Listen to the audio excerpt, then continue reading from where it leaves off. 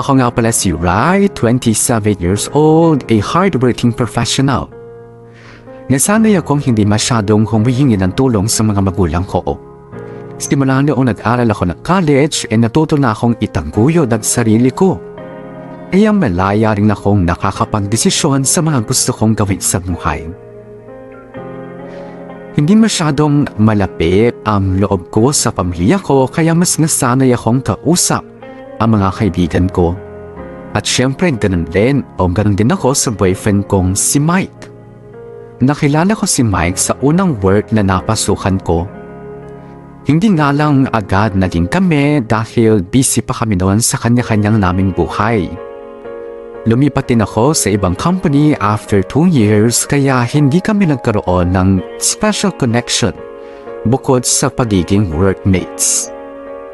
Pero mula noong nagkahiwalay kami naging madalas ang pag-chat at pag-date namin hanggang sa naging kami na nga eventually. Sobrang ideal boyfriend si Mike, mapagmahal siya at may maayos na income. Siya yung tipo na maraming plano para sa relationship. Hindi siya naghihintay lang sa kaya kong i-offer. Instead, gumagawa siya ng paraan para mapatibay ang pagsasama namin. Bumuo siya ng maraming pangarap para sa aming dalawa at unti-unti ngayong tinutupad.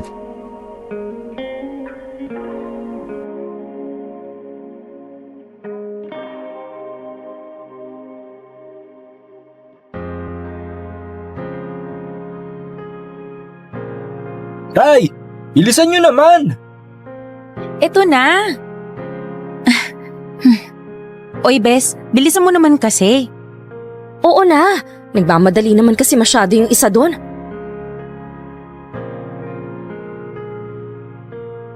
Sabi nyo kasi iihilang kayo eh. Ilan ba pantog nyo? Manahimik ka nga, RJ. Palibhasa kasi kayong mga lalaki kahit saan pwedeng umihi. O dali, umupo na kahit nang may pagpatuloy na tong inuman. Diyos ko, hindi naman inuman lang ang ipinunta natin dito sa beach. Picnic at langoy. Ang dami mong kuda. O game, kaninong tagay na ba? Ito. Unahin na natin si Charlene. Oh, Akin na. baka bilis ah. Okay, next. Paring Mike. Pampalakas ng loob. Ha? Pampalakas ng loob? Akin na, RJ. Anong meron? Ha? Sabi kasi ni RJ, pampalakas daw ng loob. Bakit? May binabalak ba kayo? Or wala. Huwag mo intindihin niyo si RJ. RJ, ano yun?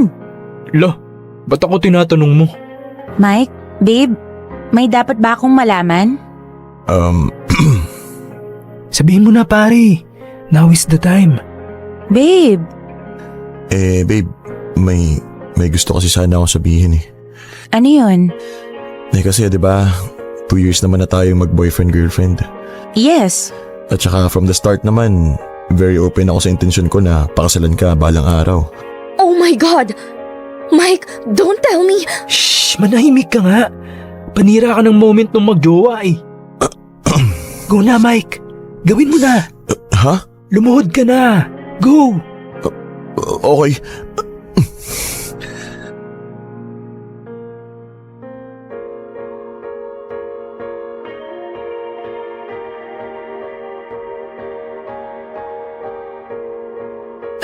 Babe, Gusto ko sanang tuldukan na yung pagiging mag-boyfriend-girlfriend natin. Sa loob ng 2 taon, nakilala kita ng mas malalim. Marami akong bagay na natutunan tungkol sa'yo. Naging welcome ako sa pamilya mo at ganun ka rin sa pamilya ko. At palagay ko oras na para tayo naman bumuo ng sarili nating pamilya. babe. Raisa, babe, sa harap ng mga kaibigan mo, gusto ko sanang tanongin sa'yo to. Will you marry me? Babe naman eh. Ginulat mo naman ako. Sorry ah. Ngayon ko pa naisip na gawin to sa halip na mag-enjoy tayo. Hoy, Ray! Ano na? Naghihintay ng sagot si Mike oh. Masakit lumuhod sa buhangin, oy. Yes. I want to marry you. Yes. Oo nga. Thank you. Thank you, babe.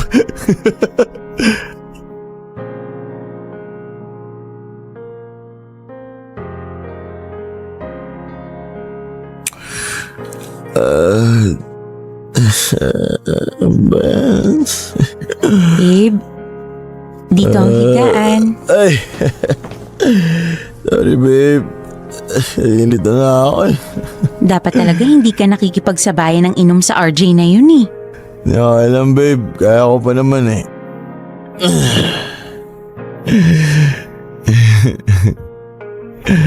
Ay, pahinga ka na babe. Naparami ka ng inom eh, hindi ka naman sanay. Babe, Yes, babe. yung kanina. Thank you ha. Ellen, yung proposal? Oo. Hindi mo naman kailangang gawin yun sa harap ng mga kaibigan ko. Pero ginawa mo pa rin. Alam mo, babe, proud ako na ikaw ang girlfriend ko. At excited na mag-fast forward tayo sa future kasi alam kong ikaw yung makakasama ko eh. Kaya hindi ako mahihiya na ipagsigawan sa buong mundo na mahal kita. Na gusto kitang mapangasawa. Aww. Thank you babe. Pinakilig mo naman ako masyado eh. Mahal na mahal kita, Rai. Mahal na mahal.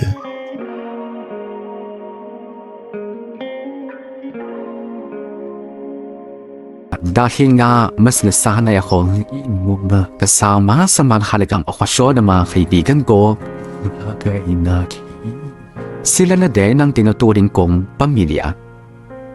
At sa kanila ko din unang pinakilala si Mike nung naging kami. Naging maayos naman ang pagtanggap nila kay Mike.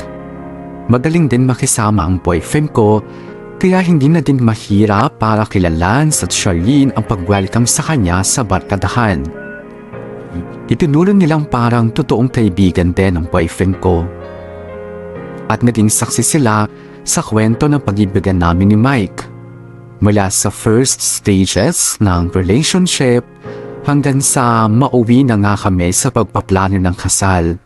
Napaka-espesyal para sa akin nung gabing nag-propose si Mike dahil nasaksihan yon ng mga mahalagang tao sa buhay ko.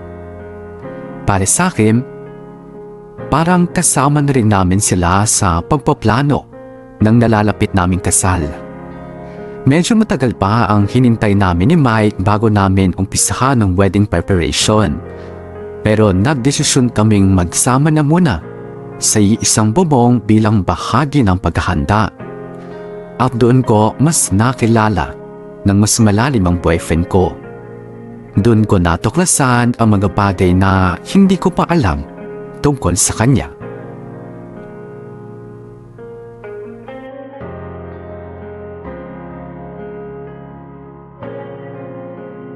Yan. Ano ba yan? Pangit naman itong kalaro eh. Ano ba? Bagal mo naman. Pabuhat naman oh. Ayusin mo naman. Ay. Ba't ang taas naman yata ng bill ko sa credit card? As pa nga. 7,000?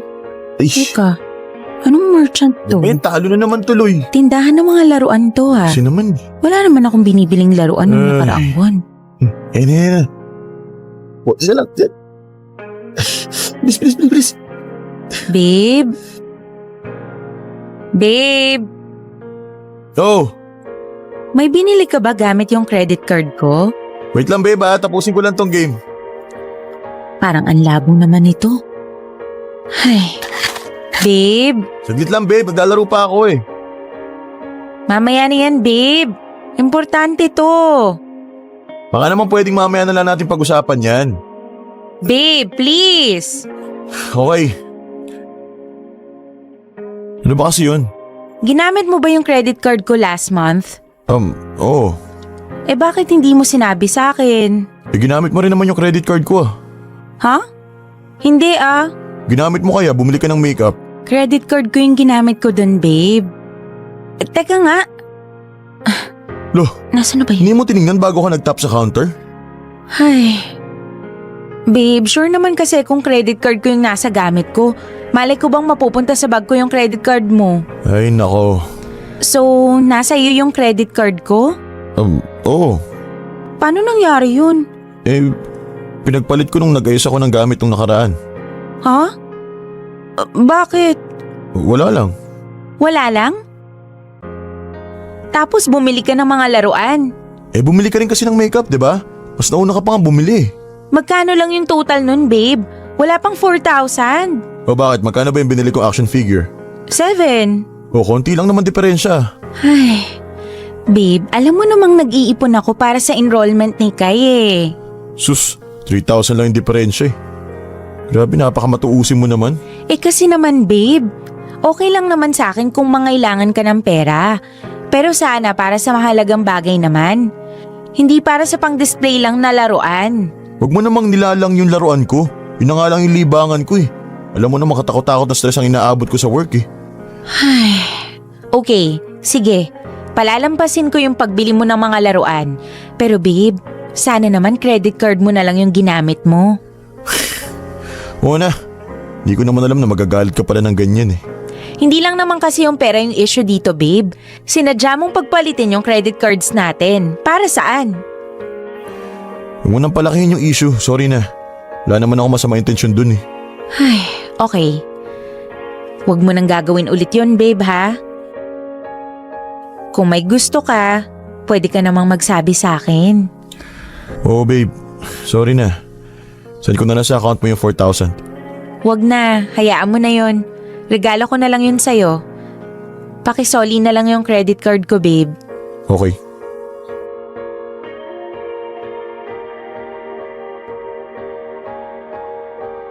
Totoo nga ang sabi ng marami. Hindi mo lubusang makikilala ang ugali ng isang tao hanggat hindi mo ito nakakasama sa isang bubong. Ganon ang nangyari sa amin ni Mike. Akala ko sapat nang kilala ko siya mula sa pinakamalaki hanggang sa pinakamaliliit na detalye ng buhay niya. Akala ko pwede kong maging sandigan ang lahat ng pangarap niya para sa aming dalawa. Pero hindi pala ganun kasimple yun. Sa bawat araw na kasama ko siya, marami akong natutuklasan tungkol sa kanya na masasabi kong sumusubok sa aking pasensya. Mabuting tao naman ang boyfriend ko kung tutuusin. Yun nga lang, marami din siyang katanian na sadly, iba sa pagkakakilala ko sa kanya. Oo, masipag siya sa trabaho, pero sa bahay, halos hindi ko siya maasahan sa mga gawain. Para sa akin, big deal yun dahil pareho kami nagtatrabaho at umuwi sa bahay ng pagod. May mga pagkakataon din na nawawala yung pagiging mature niya, lalo na kapag noong pisahan na niya ang paglalaro ng video games. At may bad spending habits siya, to the extent na hindi niya tinitrace ang laki ng expenses niya sa mga bagay na hindi naman mahalaga, gaya ng laruan. Sa totoo lang, kaya ko namang pagpasensya ng lahat ng to. Kaya kong lawakan ang pag-unawa ko para sa relationship naming dalawa. Si Mike ang lalaking ginusto kong makasama habang buhay. Kaya hanggat kaya ko, iniintindi ko kung ano man ang mga pagkukulang niya.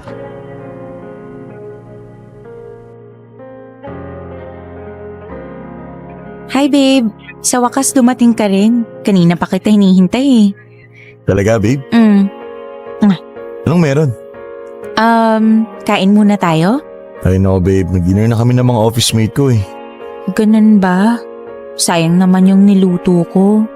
Sorry babe nakalimutan ko sabihin sa'yo, nagluto ka pa tuloy. Ay, hayaan mo na, babe. Pero sige, sasamahan kita mag-dinner. Pero kape lang yung akin babe Pwede mo ba akong ipagtimpla? Oo naman. Sige, magpapalit lang ako ng damit tapos kain na tayo. Yay! Okay, babe.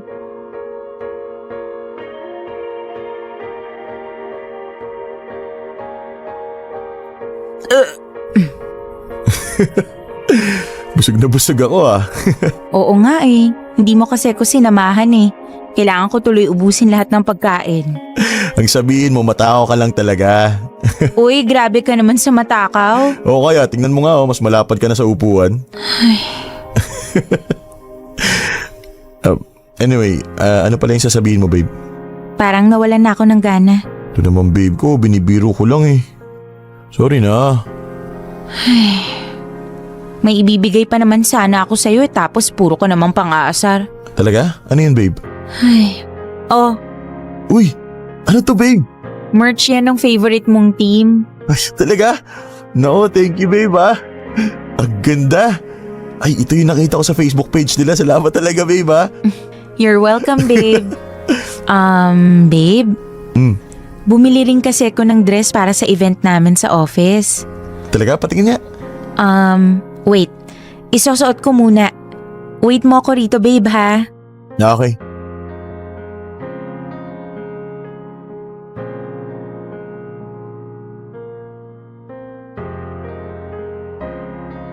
Tcharan! Okay ba, babe? Bagay ba sa akin yung kulay? Ano ba yung tsura mo, babe? Bakit? Anong event pa yung pupuntahan mo? Costume party? Ano ka dun, suman? Aray? Ang sakit mo namang magsalita. Kasi naman, babe, putok na yung damit mo, oh. Hindi mo pa sinukat yan bago mo binili? Sinukat. Hindi mo lang sinabi ng sales lady sa'yo na pangit tingnan? Sa loob ng dressing room ko lang naman kasi sinukat. Alam mo, babe, hindi ka na kasing sexy ng dati. Dapat pumili ka na rin ng mga size na swak sa'yo. Doon ka na sa mga triple XL.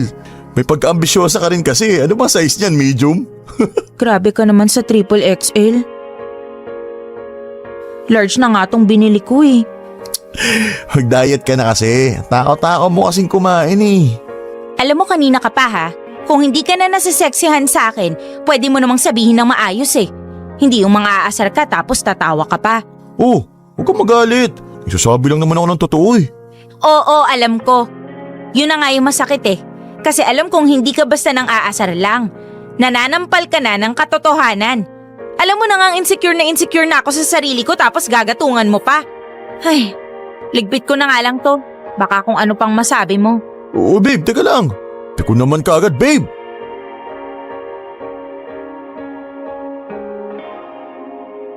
Gaya nga ng sinabi ko, sanay akong mamungkay na mag-isa. Kaya nakakapanibago para sa akin ang magkaroon ng kasama si isang bubong. Hindi ko tuloy alam kung normal lang ba ang mag-adjust para sa taong kasama mo sa isang bahay. Normal lang ba na magkaroon ng mahabang pasensya para maiwasan ang hindi pagkakaunawaan? Para sa kagaya kong independent sa mahabang panahon, hindi madali yun. Pero alang-alang sa relationship namin ni Mike, handa akong baguhin ang nakasanayan ko lalong at naghahanda na rin kami na habang buhay na magsama. Handa akong gumawa ng maliit na sakripisyo para sa inaasam kong tahimik na buhay kasama ang lalaking mapapangasawa ko. Pero hindi ko inakalang hindi lang pala isip ko ang dapat kong ihanda. Bukod kasi sa pag-intindi sa mga kakulangan ni Mike, hindi ko inakalang kailangan ko ring tiisin ang malakalakang masasakit na pang-aasar na naririnig ko sa kanya. Alam ko namang hindi siya seryoso sa mga yon, pero for someone na nagdaan sa maraming pagsubok to be the best version of herself, masakit makanid ng mga puna, lalo na nga kung galing sa taong mahal mo.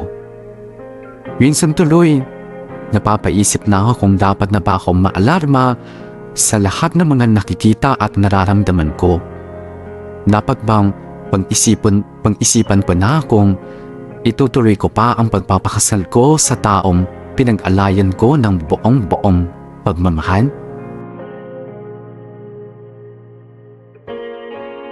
Aaminin ko na ilang beses na ako nagduda sa relationship namin ni Mike. Para kasing hindi ito yung klase ng relasyon na pinangarap ko. Parang hindi ito yung na-imagine ko noong sumagot ako ng yes sa proposal niya. Gaya ng marami sa atin, gusto ko ng masayang pagsasama. Yung sweet at puno ng pagmamahal. So then again, hindi naman tayo nagmamahal para lang matupad yung mga pangarap nating love story. Hindi tayo pumapasok sa isang committed relationship para ma-fulfill yung mga fantasies natin.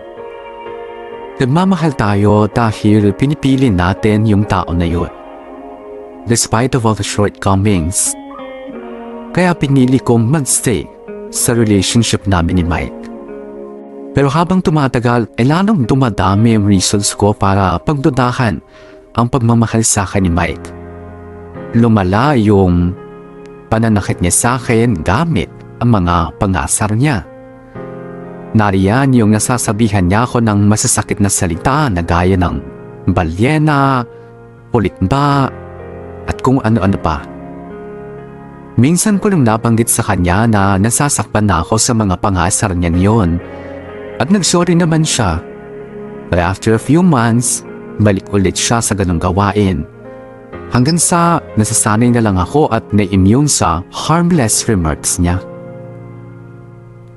Nakikita ko naman kasi na beyond all those things nandun pa rin. Yung Mike na maraming pangarap para sa aming dalawa. Nanalig ako na pagmamahal pa rin ang mas nananaig sa relationship naming dalawa.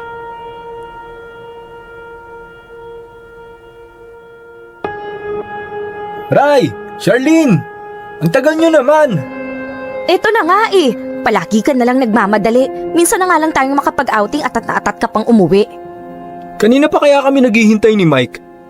At saka aabutan kasi tayo ng traffic kung di tayo magmadali. Gusto mo matulog sa daan? Okay lang sa akin. Enjoy kaya yun. Okay lang sa'yo, palibhasa hindi ikaw yung nasa manibela. Napakasungit nito. Porket ikaw yung may sasakyan? O tama na nga yan. Sige na, lumarga na tayo at ayoko ring abutan ng katakot-takot na traffic.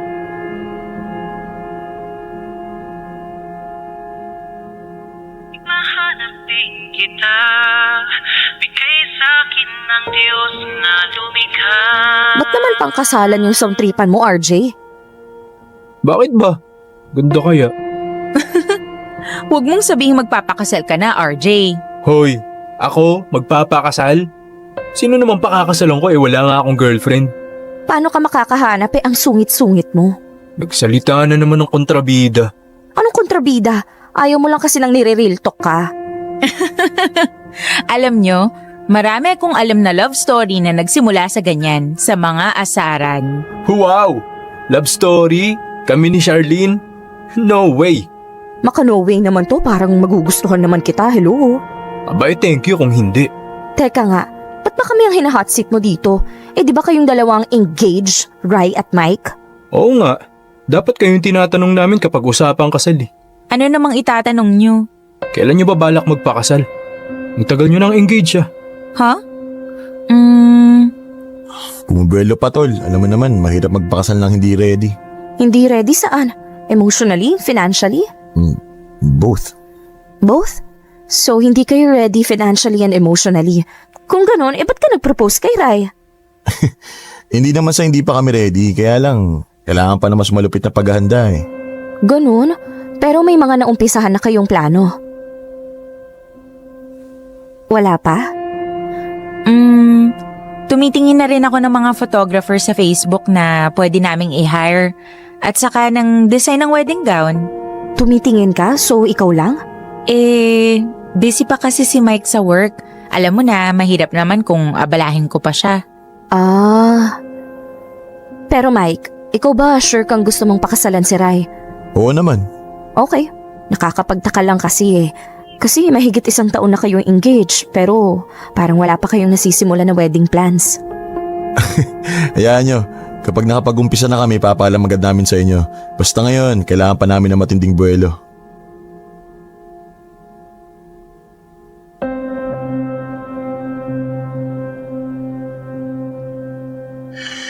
Ay, sa wakas, makapagpahinga na rin. Kapagod yung biyahe kanina, no? Ay, babe? Yung kanina, Kanina? yung tanong nila Charlene, napaisip kasi ako, kailan ba natin sisimulan yung wedding plans natin? Narinig mo naman yung sinabi ko, babe, di ba? Kailangan pa natin ng mahabang preparation. Di pa tayo ready, lalo na ako. Hindi ka pala ready. Bakit ka nag-propose sa akin? Ray, yung proposal na yun, wala lang yun. Ano? Anong wala? Practice lang yun. Practice? Proposal? Ginawa mong practice ang proposal? Kasi naman, yun talaga yung gusto mo, di ba? Yung mag-propose ako sa harap ng mga kaibigan mo. Oo, pero yung totoo, hindi yung peke o pakitang tao lang na proposal. Ate mo naman. O di sige, ulitin ko kapag ready na ako. Wait.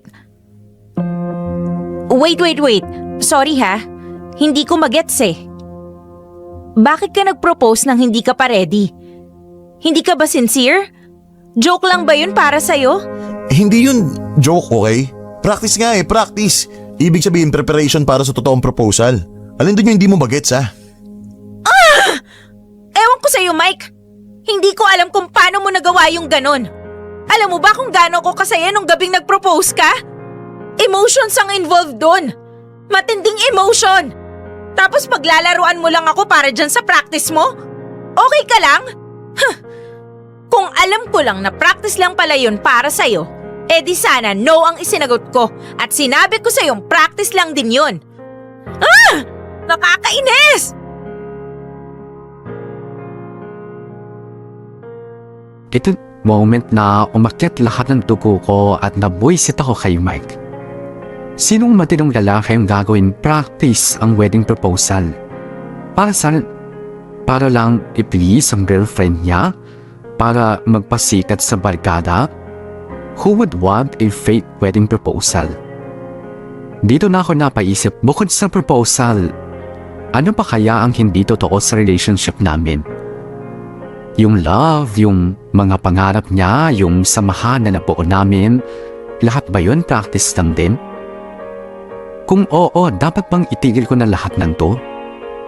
Kung hindi, should I stay hanggang sa maging ready kami na gawing totoo ang lahat?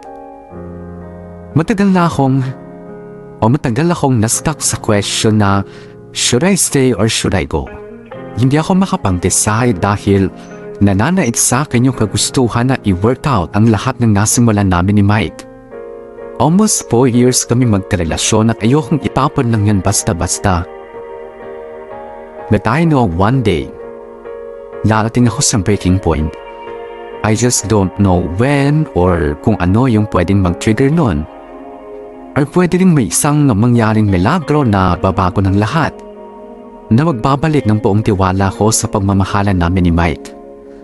Hanggang sa isang pangyayari nga ang tumulong sa akin para makapag-decide.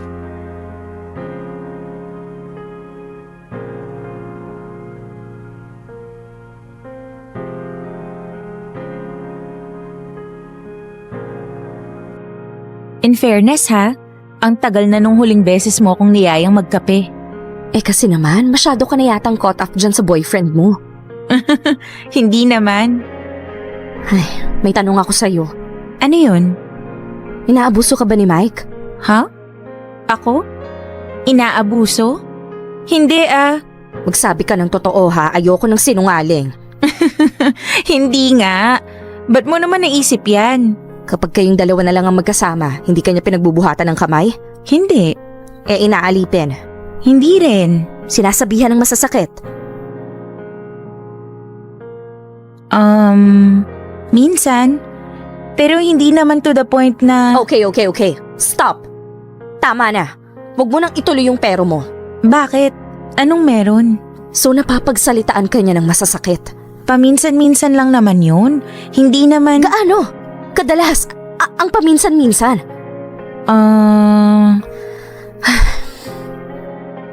Sinasabi ko na nga ba eh. May kakaiba dyan sa Mike na yan eh. Teka, ano bang meron? Bakit ba bigla-bigla ka nalang nagtatanong ng mga ganyan? Kasi naman, napansin ko nitong mga nakaraan na panay naman yata yung pang-aasar niya sa'yo sa mga post mo sa Facebook. Lalo na sa mga picture mo. Sadyang mapang-asar lang talaga si Mike. Girl! Hindi Hindi simpleng pang-aasar lang yung ginagawa niya. Below the belt na yung mga hirit niya madalas. Ay, take it as an inside joke lang, okay? Sa aming dalawa lang yun. Talaga? Inside joke? Okay lang sa'yo na tinatawag kanyang balyena? Ulik ba? At eto pa ha, sa isang video mo na sumasayo ka, tinawag kang GRO. Abate, hindi na magandang biro yun.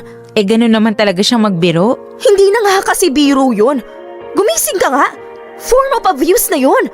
Hindi naman niya ako sinasaktan na. Hindi ka nasasaktan sa mga hirit niya? Sa mga pang-aasar niya? I mean, oo. Pero at least, hindi naman niya ako pinagbubuhatan ng kamay. Tanga! Ang abuse hindi lang sa pisikal. Meron tayong tinatawag na emotional, mental, at verbal abuse. Gano'n na niya katagal ginagawa sa'yo yan? Ang alin? Yan! Yung mga sablay niyang hirit na joke na masasakit. Simula nung nag-live-in kami. Ano? My God, Rai! Tiniis mo ng ganun katagal?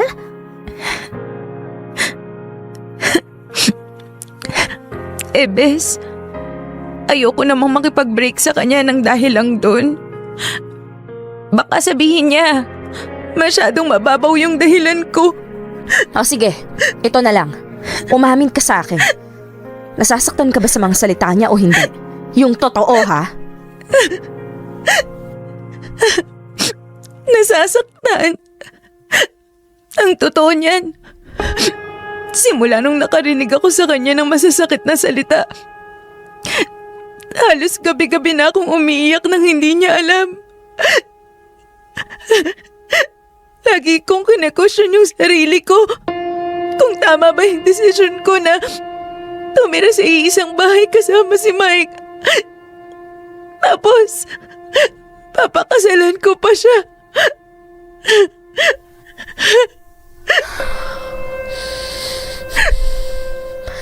Mabuti na lang talaga hindi pa kayo kinakasal.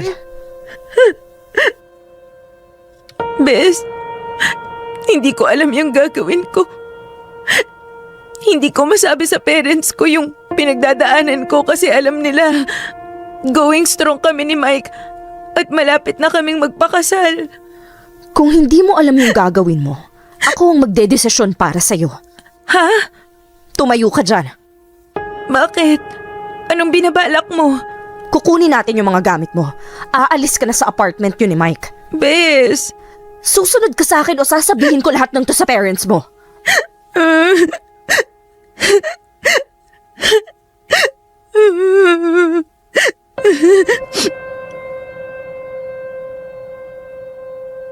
Uy, Charlene! Bigla-bigla ka nalang dumadating. Sarap buhay mo ah. Teka, ba't umiyak si Rai? May nangyari ba? Ray, bilisan mo. Kunin mo na yung mga gamit mo. Oh, ano? Ray! Teka, ano ba meron? Uy, ano ba nangyayari? Effective today. Tinutubos na namin si Ray sa'yo. Tinutubos? Ano to, sangla? Huwag kang pilosopo. Tarantado ka. Ano ba kasi nangyayari? Babe, ano ba to? Huwag mo nang tatawagin na babe si Ray. Dahil mula ngayon, tapos na kayong dalawa. Oh, wow, galing ah.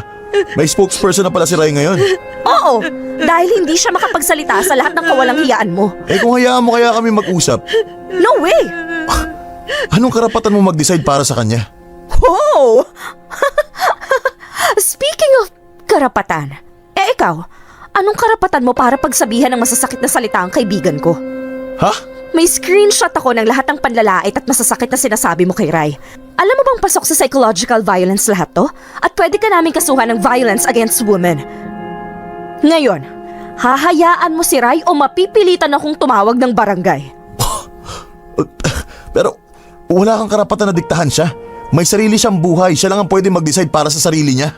Mike, tama na!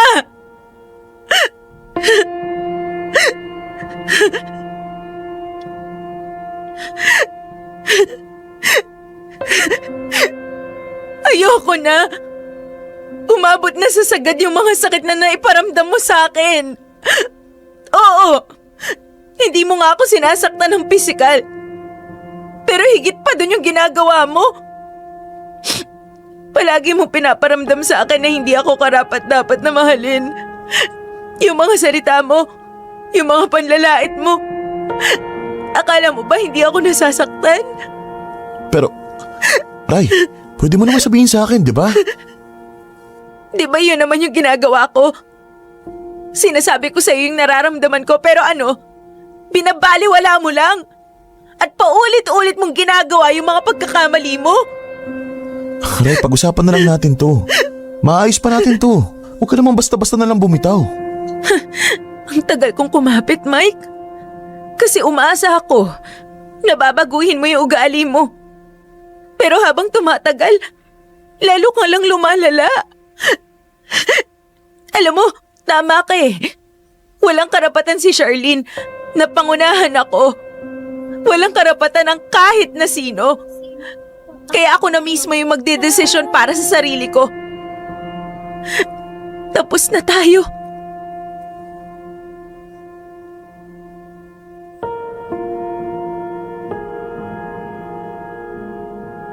Kung saan nagpa-realize sa akin na valid pala lahat ng inis na naramdaman ko kay Mike. Lalo na sa tuwing inaasar niya ako. I thought I was just being sensitive at natakot akong aminin na unti-unti na yung nakakasira sa sarili ko. Sa self-esteem ko at sa kung paano ko i-view ang value ko bilang tao.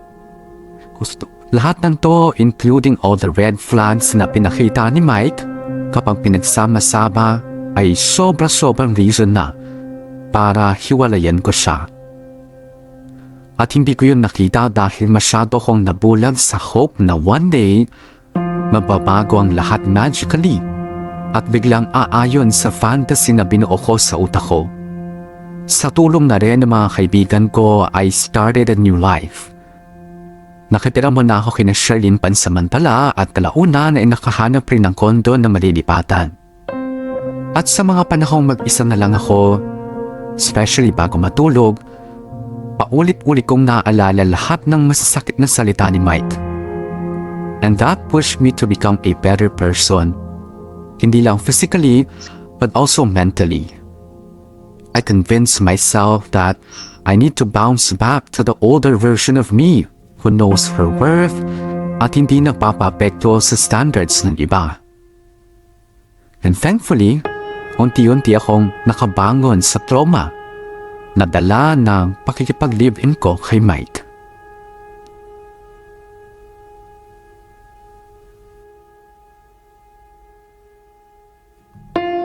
Okay tong place na to ah. May ganito kagandang kainan pala dito. Well, oo naman, ikaw kasi. Puro ka na lang yata pagmumukmok sa bahay. Paanong hindi magmumukmok? Ang hirap lumabas ngayon sa dami ng protocol.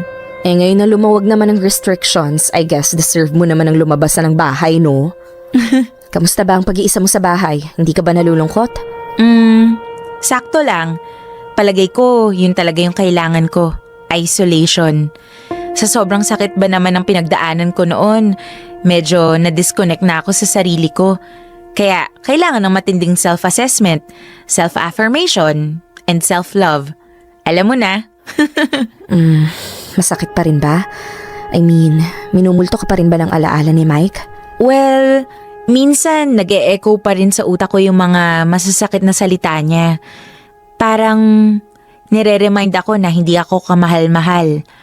Pero malaking bagay yung mag-isa lang ako sa bahay kasi wala akong ibang nakakausap kundi yung sarili ko.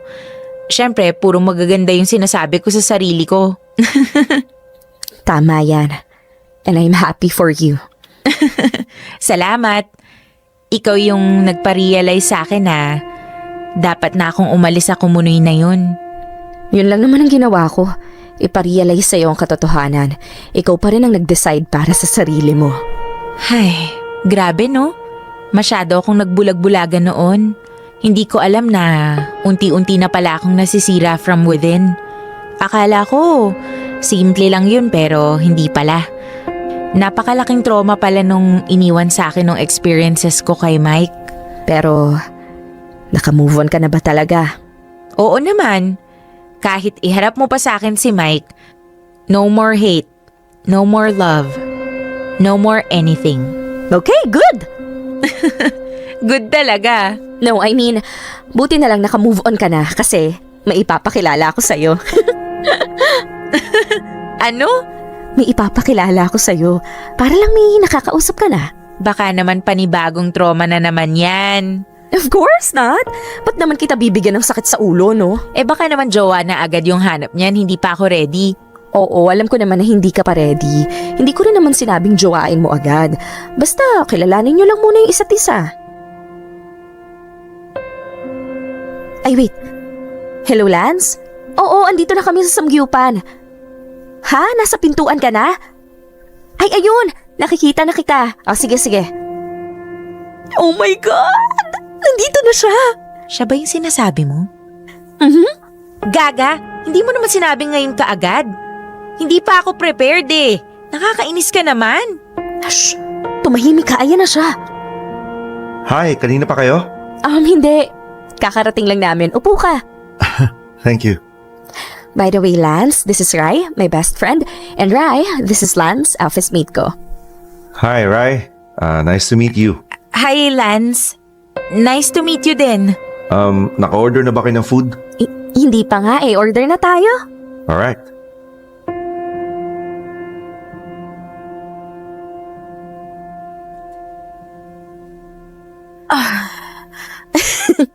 Ang dami nating nakain. Sasabihin ko sana ang takaw mo eh. Kaso, traumatic pa rin sa akin yung word na yon. Well, at least hindi ka natakot na pag-usapan yon. At nagagawa mo ng tumawa, ha? Ay, nako. Salamat na lang talaga at nakaraos na ako sa experience na yon. Anyway, Bes, mauuna na ako, ha? Ha? Agad-agad? Oo, magkikita pa kami ni RJ eh. Uy, nako. Yan na nga ba sinasabi ko eh. Hoy, wala lang yun. Nagpapasama lang siya bumili ng mga gamit para sa lilipatan niyang apartment. Bakit defensive? Hay nako, bahala ka nga dyan. Lance, ikaw na bahala dito kay Rai, ha? Huwag mong sayangin yung tiwala ko sa'yo, gago ka. Huwag ka maglala, safe sa akin si Rai. Si Sherlyn talaga wala pa rin pinagbago. Matagal na ba kayo magkaibigan ni Charlene? Oo, since college. I see. Matagal-tagal na nga. Lance? Salamat sa pagpayag mo sa pakiusap ni Charlene ha, na pumunta dito. Naku, wala yun. Wala rin naman akong ginagawa sa bahay pag weekend eh. May itatanong sana ako sa'yo eh. Sure, go ahead. Don't worry, Rai. Alam kong iniisip mo ngayon na pumayag ako sa gusto ni Charlene na makipagkita sa inyo dahil I'm into dating. Well, totoo naman yun pero I'm not in a rush naman. Pero gusto kong mas makilala ka pa. I think you're a wonderful person. Sa paraan lang ng pananalita at pagkukwento mo, ramdam ko nang napaka-positive ng outlook mo sa buhay. Tapos hindi halatang may sakit kang pinagdadaanan. Dinadaan ko lang sa tawa. Pero ang totoo, paminsan-minsan nandyan pa rin yung alaala, yung sakit. Well, that's understandable. Hindi naman basta-basta mawawala yun eh. Lalo na kung yung nagbigay sa'yo ng alaala na yun, yung taong mahal mo. Oo nga eh. It makes it all more painful. Huwag ka magalala. Mula ngayon, mas mapapadali na yung paglimot mo. Nandito na ako eh. I mean, no pressure ah. Hindi mo naman kailangan makalimutan agad-agad. But from now on, may mapagsishare ka na ng nararamdaman mo. Salamat, Lance. Salamat. Ibinahagi ko itong kwento ko dahil marami akong nababasa sa social media tungkol sa verbal abuse na nangyayari within a relationship. Well, meron din mga takot kumawala sa failed relationships dahil nanghihinayang sila sa samahan na nasimulan. At meron din patuloy na nilalabanan ng trauma na nakaraan. Let me tell you this, tayo natin mapagtagumpayan ang laban. We don't deserve any form of abuse. It's hard to take courage in the beginning, but the first step is to admit na nasasaktan ka at kailangan may gawin ka. Do not be afraid of losing everything. Be afraid of losing yourself. Luckily for me, nahanap ko ulit ang sarili ko. Hanggang dito na lang. I know na hindi ganun kagrabe yung napangdaanan ko sa kamay ni Mike para maihanay ko o o maihanay ako sa darkest joy ng programa nyo. But I hope kahit papaano, isa to sa makakapag-deliver ng one of the strongest messages ever. Sana may ma-empower ako kahit papaano. And by the way, Lance and I are still dating pero hindi kami nagmamadali. He knows very well kung ano ang pinagdaanan ko and is willing to wait until I'm fully healed.